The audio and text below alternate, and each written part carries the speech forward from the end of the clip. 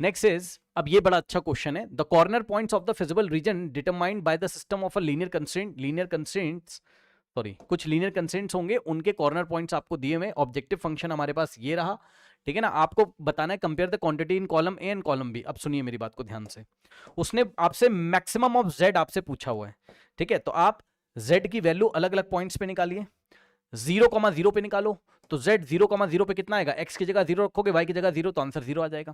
तो यहां पे आंसर 0 आएगा। 0,40 पे निकालिए, तो x की जगह आप 0 रखोगे, y की जगह 40, तो z कितना आ जाएगा, 3 इंटू 40 120, तो z आ जाएगा यहाँ 120।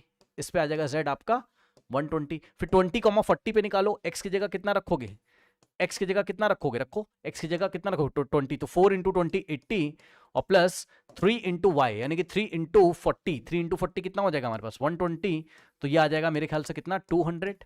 तो यहाँ पे आ जाएगा हमारे पास क्या 200। उसके बाद 60,20, तो z आ जाएगा कितना 4 इंटू 60 240, और प्लस 3 इंटू वाई, तो 3 इंटू 20 कितना हो जाएगा 60, तो z आ जाएगा हमारे पास कितना 300, ठीक है। यहां पे 60,20 पे आ रहा है 300, और 60,0 पे अगर z निकालोगे यानी कि x का वैल्यू 60, y का वैल्यू 0, 4 ये आ जाएगा 240 मेरे ख्याल से, शायद क्या मैं सही हूं, 4 इंटू एक्स 4 इंटू 60 240, और y की वैल्यू 0 है ना, तो यहां आ गया कितना 240। अब इनमें से आप देख लीजिए कि मैक्सिमम ऑफ z आ कितना रहा है, मैक्सिमम ऑफ z कितना है, ये रहा 300, ठीक है ना, और वो कहां पे आ रहा है 60,20 पे, ठीक है ना।